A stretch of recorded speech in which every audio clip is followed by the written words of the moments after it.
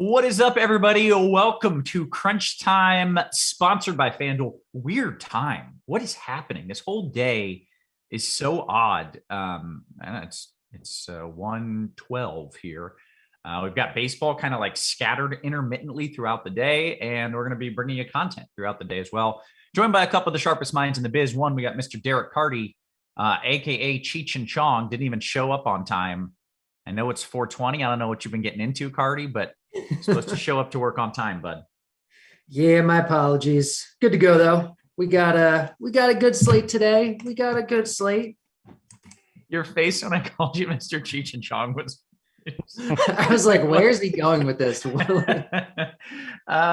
also have Cards, STL Cards, joining us, helping us out with some expert GPP takes. Cards, how are you? Yeah, I could use a pick me up today. I was supposed to have some dental work done this morning, was gearing up for that all tax season. Get to the oral surgeon and the guy's like, I'm going to Florida for like a week. And so I'm not going to be around for any complications. So I'm only doing consultations today. Apparently they didn't tell you that when you made the appointment, which they did not. So I was all geared up and nervous to have all this work done this morning. And then I just ended up having to push it off another couple of weeks. So it's just been one of those mornings, and it's rainy and crappy, and maybe we can make some money with baseball today and, cheer me up a little bit. Okay, we need to, because that's messed up, because you've been like getting yourself hyped and ready for this. And now you got to punt it more weeks, and that's just more like delayed misery. Yeah, it's more anxiety, and I just hate going to the dentist. And I was a very premature baby, and I was blessed with awful teeth. So being anxious about going to the dentist is not good when you have spent a lot of time in a dental chair. But anyway, nobody's here to hear my dentist rants for the day. So we'll make up for it and make some baseball money to make me feel better. Okay, well, we will do that. I did see a story, Cards. I don't know if you saw this, that someone recently inhaled their dentist's drill. The drill bit came off, and the person inhaled it, and they didn't swallow it. It ended up in their lungs because they breathed it in. So there's a drill bit in their lungs. So it probably won't happen to you. But feels like that would scare you off from going to the dentist. Maybe just go ahead and let your teeth fall out at that point and never go back. Yeah, definitely don't think about that while you're at the dentist. Guys, we're going to focus here a little bit on DK. FanDuel is the sponsor, but we've got the DK lock coming up first. And then once we get through that, we'll talk a little bit about that FanDuel slate as well. And then keep in mind, we have a whole nother crunch time coming up later on today, where we will dive deep into, the main FanDuel slate. I don't like these split broken slates. Why can't we just do it like the NBA, where every team plays between 7 and 10? Can we all get on board with that? The baseball can't, because they got to have a TV deal with TBS and ESPN and Apple TV and MLB Network, which sometimes gets some of these afternoon games and all the travel dates and all that stuff, because you don't have all the off dates baked in there. So they always like to have those day games before the travel. And I agree, it would be a lot nicer without all the day games, particularly for those of us that have to do projections and write up content, and it just the extra slates and the slates being different among the sites just makes for a bit of a headache. But and I think we've lost him on that note. Okay, well, the good news is he's the GPP pro, and Cardi likes to start things off with a little cash talk. So I'm sure Cards will come around. He did say he had some kind of ugly weather over by him. So Cardi, let's talk about this slate. And we got Cards back, by the way. I see him moving again. You froze. Yeah, froze up for a second there. Hopefully we're good now. We're good. Yeah, well, it's perfect timing, actually. So let's kind of dive into this slate. Cardi, you can lead us off talking about pitcher. I just got a message from Devin, and he said, FYI, for this early one, the locks are at the same time. That's not. I'm hearing diverging paths on how this is going, but let's just go ahead and talk about pitcher in general. FanDuel, DK, will do it all. Yeah, so, I mean, FanDuel has like an all-day slate that locks at the same time. I don't think they have an early. Yeah, their primary early slate does ignore the first two games. So they might have a turbo slate or an all-day slate, but the prize pools are pretty small. Their primary early slate that we tagged up and stuff starts at 3:10. Gotcha. Okay, well then let's stick with the original plan here, which is kind of focus a little bit on DK, and then after that we'll hit some FanDuel. We'll hit it hard because that's our sponsor. Like and subscribe if you haven't already done so. Also, worth noting, you can sign up for FanDuel Sportsbook as long as you are in a legal state. New users get a risk-free bet up to $1,000. And FanDuel Sportsbook users can take advantage of this. They receive their bonus after their first time bet. Other places you got to like play through 10 times or something. I don't know how it works, but that seems like a good deal. Terms and conditions do apply. With that said, Cardi, let's talk pitchers. Yeah, so there's basically three pitchers that you're deciding between on DraftKings, and you're playing two of the three.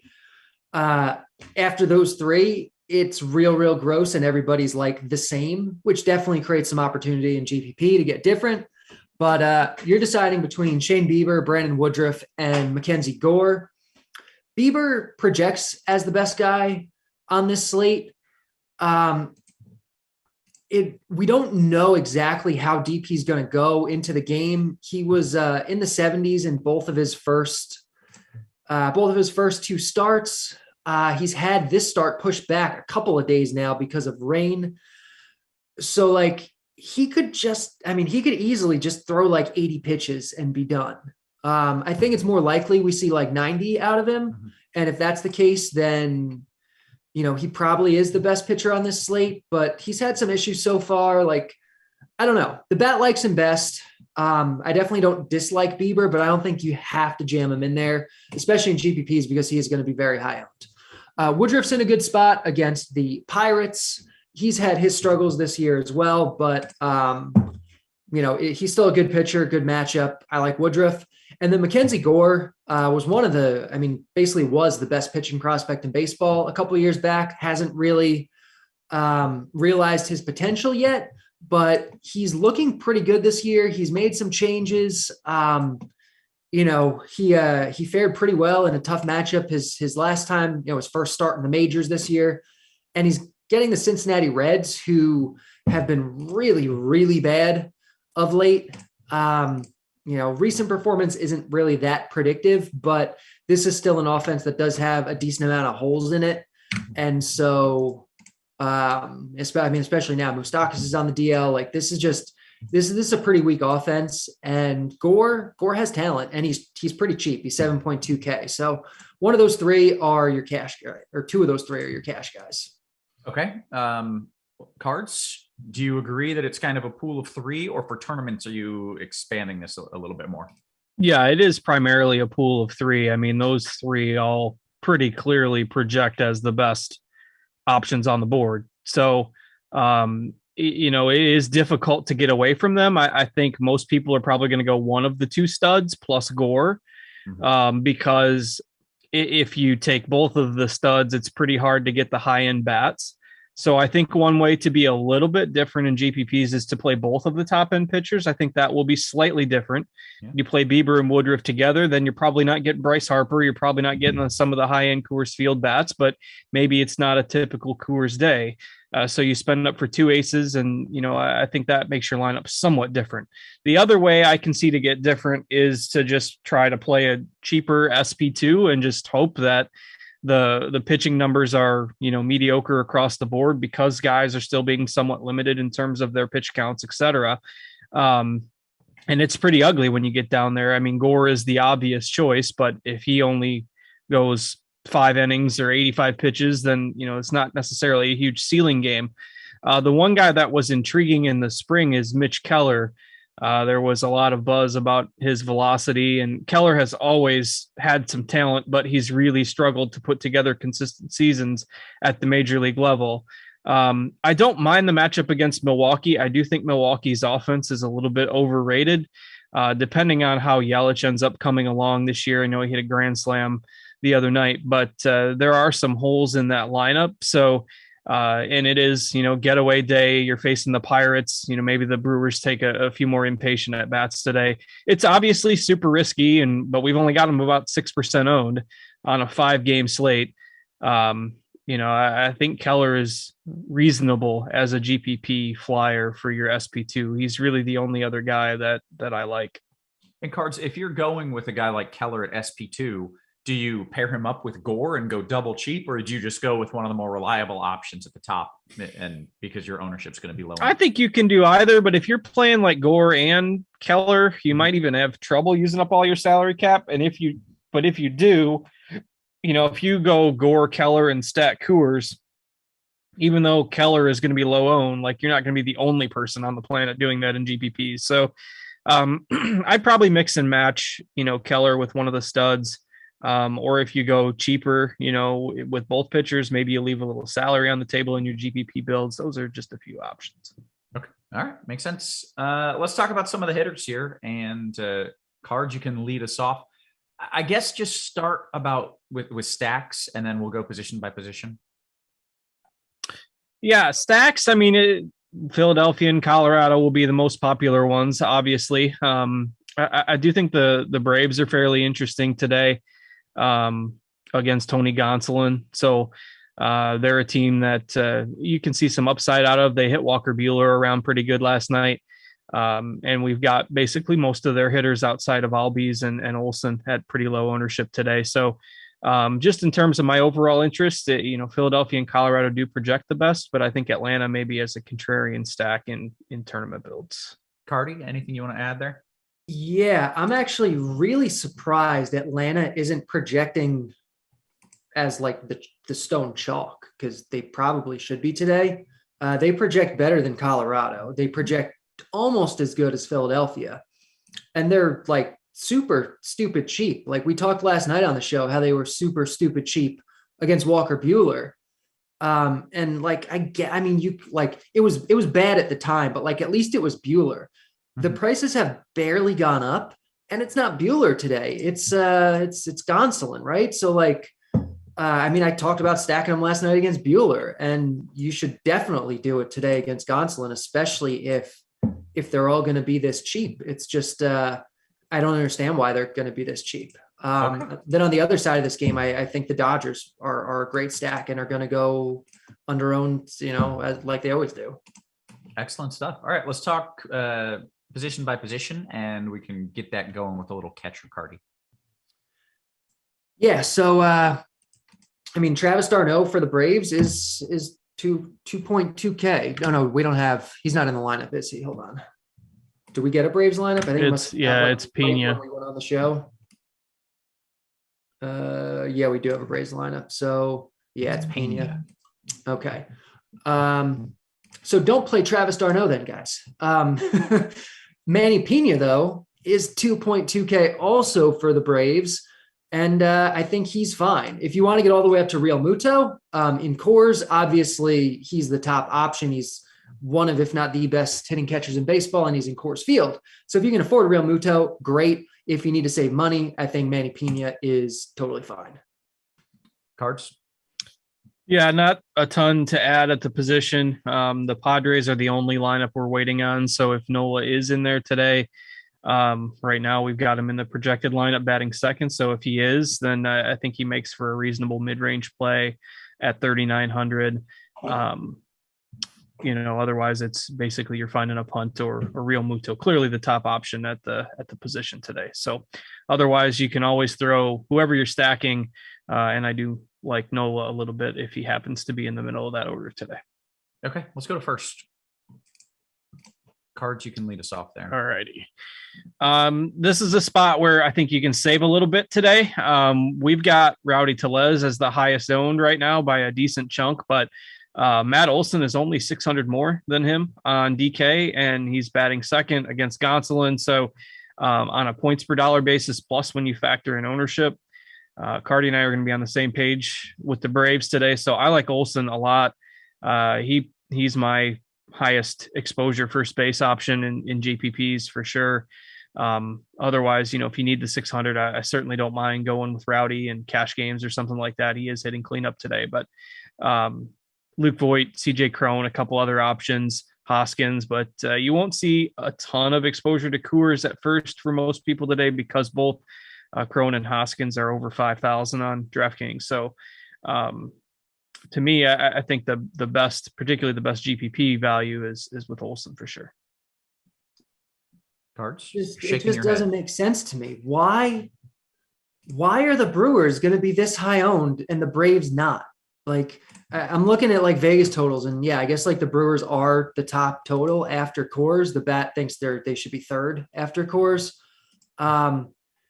It just seems stupid. Like, Matt Olson is 3.6K. He's one of the best hitters in baseball. Rowdy Tellez is Rowdy Tellez, and he's 3K. Like, it doesn't make any sense.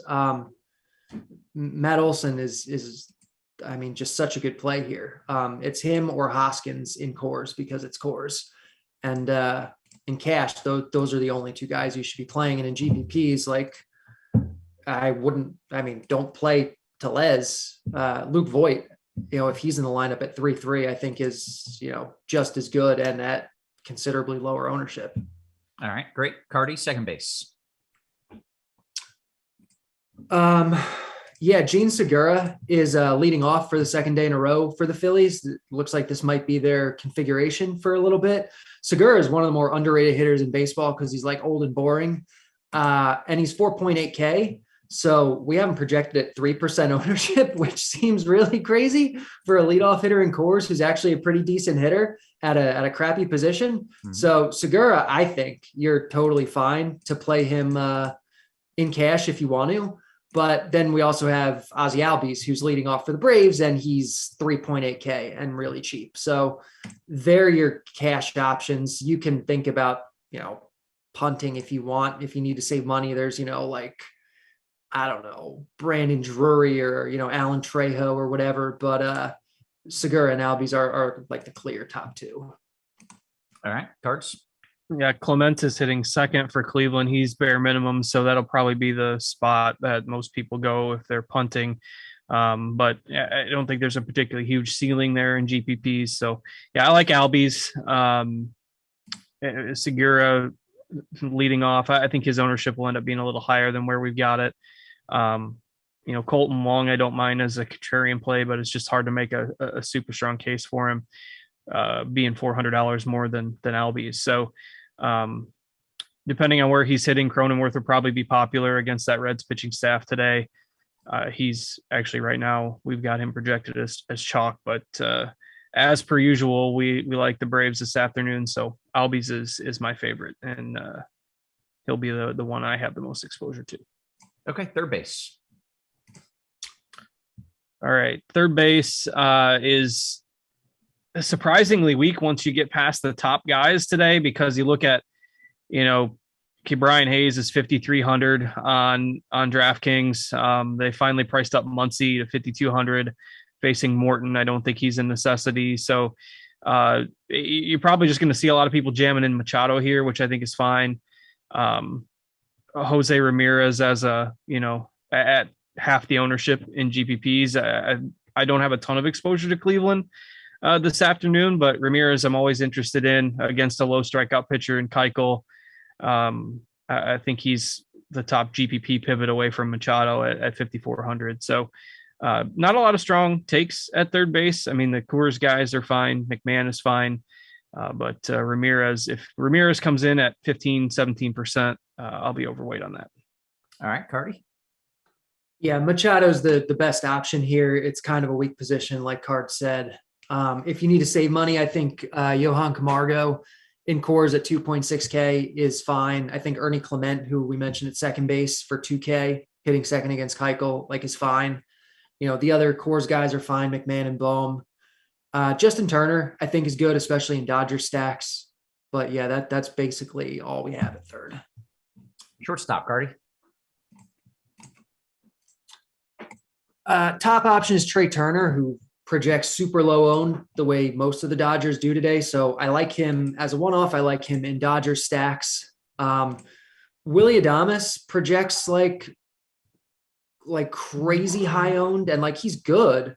I don't think you have to jam Willy Adames in cash games, especially because we have viable cheap options here. We have two Braves that are super cheap. We have Dansby Swanson for 2.5K. We have Orlando Arcia, who's hitting 6 for Atlanta today at 2K.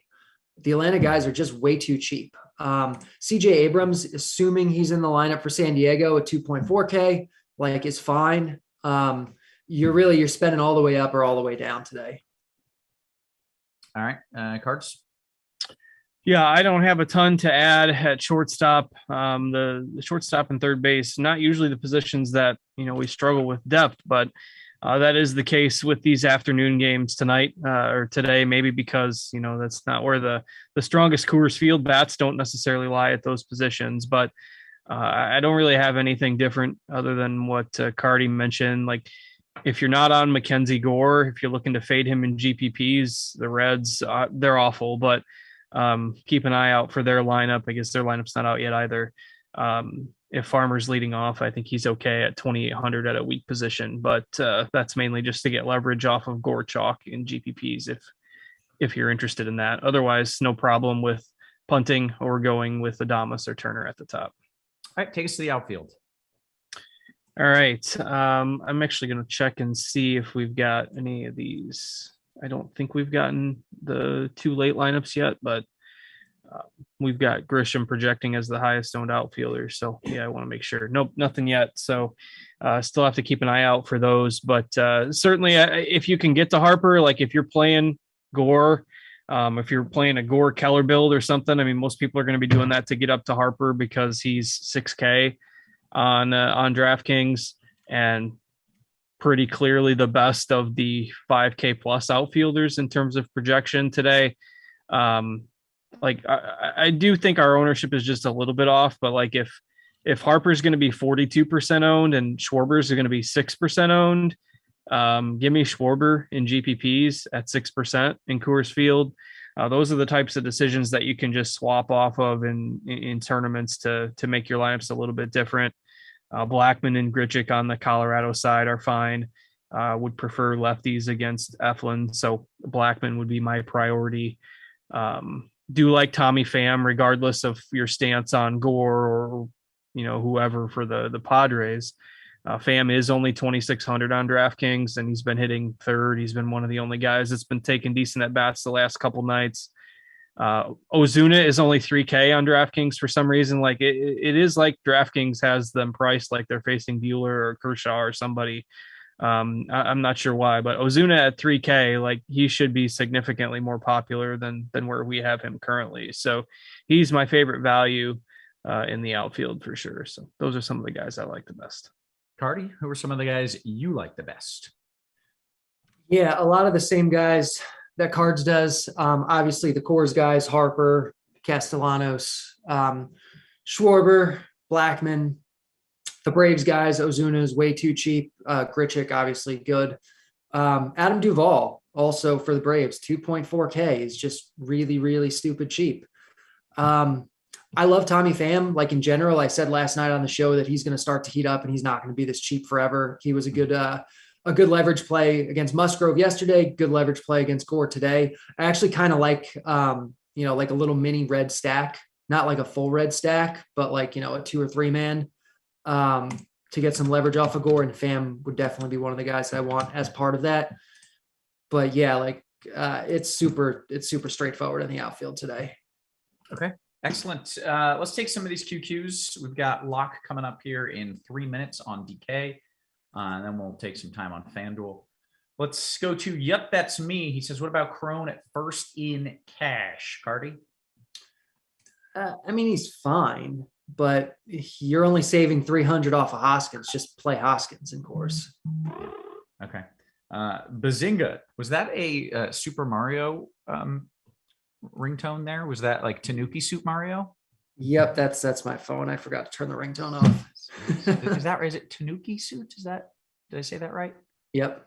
Yeah. Nice. Speaking of it, I forget who it was, but there was somebody walking up, like their walk-up music for their at-bats is the Super Mario 3, one of the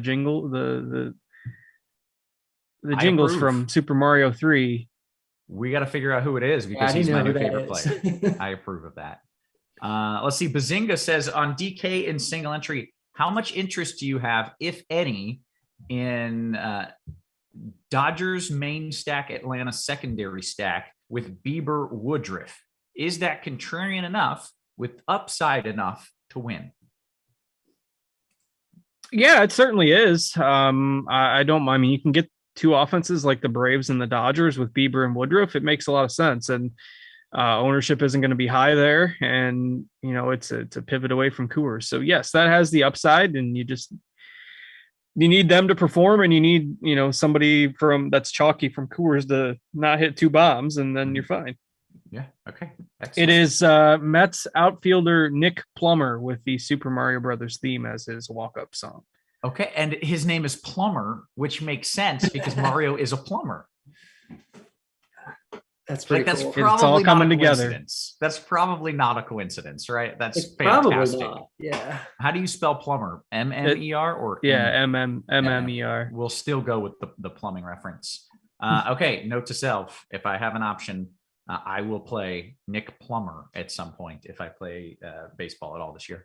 The bad news is that with Brandon Nimmo returning from the COVID list, he got demoted last night. So he is no longer in the big. We'll never hear it again. All right. Let's see. Believe it or not, those two questions were all the questions. So Cards, if you'd like, we could research more horrific dentist stories for the next minute or so. I was really frustrated walking out of there, and I have to go through it all again. And my appointment was at 7:45. It was entirely too early for that disappointment. That's horrible. Yeah, that's horrible. All right, guys, we've done the thing here. We've talked about the plays, we've talked stacks, we've taken questions, talked some pitchers. Let's specifically discuss FanDuel because we're losing a couple games over there. So I'm thinking the pitching conversation might be a little different. So Cardi, if you don't mind kind of leading us into the FanDuel pitcher talk, that would be much appreciated. Yeah, so on FanDuel, we don't have Bieber, we don't have Woodruff, which means Gore is the top option. I think it's pretty straightforward in cash, at least. Like, you're just playing Gore, and that's literally it. Mm-hmm. You know, in GPPs, you can mix in. I mean, you don't have a lot of options here. You know, Charlie Morton's going to be an option. Zach Eflin in Coors Field, I think, is probably one of the better options on this slate. How have we not discussed Charlie Morton? Does he not have like tournament winning upside? I'm just shocked. This is the first time I've heard his name. He's facing the Dodgers. So, I mean, he's facing the Dodgers on at least on DraftKings on a slate where there's three legitimately really good pitchers. Yeah. Okay. In much better spots. Yeah. It is more viable on that short FanDuel slate for sure. Yeah. I'm still not playing him on DK, but yeah, I mean, it's Gore is the top guy, and the others you're throwing darts and GPPs. Is, you know, the other guys are basically all going against potent offenses and or pitching at Coors, so it's just a tough sell for a lot of them. But you're going to see Gore like 60 or 70% owned on that slate with only 6 pitchers. So what would you do in a situation like that, Cards, when you know, okay, this guy, there's only one pitcher on FanDuel, this dude is going to be 70% owned? Are you like, all right, I want to match the field there? Can you fade him and hope he blows up and then you're just guaranteed to win? Like, what's your game plan? You can elect to just play the night slate as an option, but you know, if you got your entries reserved or you're committed to the slate, it depends on the circumstance. So, but with a guy like him, I mean, let's not forget he's only made one major league start, so I'm more inclined to just pivot away to the other options and even the Coors pitchers. You know, I don't think there's going to be a whole lot of separation amongst the scores for these guys, and there's not a whole lot of separation in price. So basically, you're just getting the leverage on the field in the event that Gore absolutely blows up. Even if he does okay, you know, somebody's liable to have a reasonable enough score to keep it to where it doesn't absolutely take your lineup. So I think you play him in cash, no doubt. In GPPs, you pivot to some of those other guys with some potential. Okay, great. Anything else on FanDuel hitter-wise that you want to talk about, or is basically what we said for DK minus those 2 games pretty much apply over to FanDuel as well? The Braves generally aren't quite as cheap. Like Albies is 4K and Olsen is 3,900, but Eddie Rosario is 2,200 on FanDuel. So he's probably the most appealing on a points per dollar basis for the Braves. I still like them as an offense, but they're not as much of like free squares as they are on DK. Schwarber's pretty cheap on FanDuel. Those are the couple that stood out to me right away. Okay, Cardi, anything else you want to add here that is different over on FanDuel before we sign off and get ready for our next crunch time in a few hours? Yeah, I mean, I think Cards kind of covered it. It's straightforward on FanDuel. Play Gore, play Coors guys, mix in some Dodgers, some Padres. Like that's what you do. That's what you do. Okay, that's it. That's what you do. All right. Well, what you guys should do if you're watching on YouTube, please hit that like and subscribe button. It really helps us out. Big thanks to our sponsor FanDuel for making this show free to the masses. We're happy to be able to get this content out to you guys. So hopefully you can take advantage, you can win some money, and we will all have a glorious few hours. We do have another crunch time today, as I mentioned, for the late slate. As far as I'm aware, the timing of that show has shifted 7 times already today. So it will happen at some point, but with games getting moved, I believe it's going to start at a normal time, which would be 6:30-ish Eastern. But we'll keep you in the loop on that. And as always, for Cards for Cardi, our wonderful production team working hard behind the scenes, we appreciate you. We love you. And we will catch you later tonight. You have been crunched.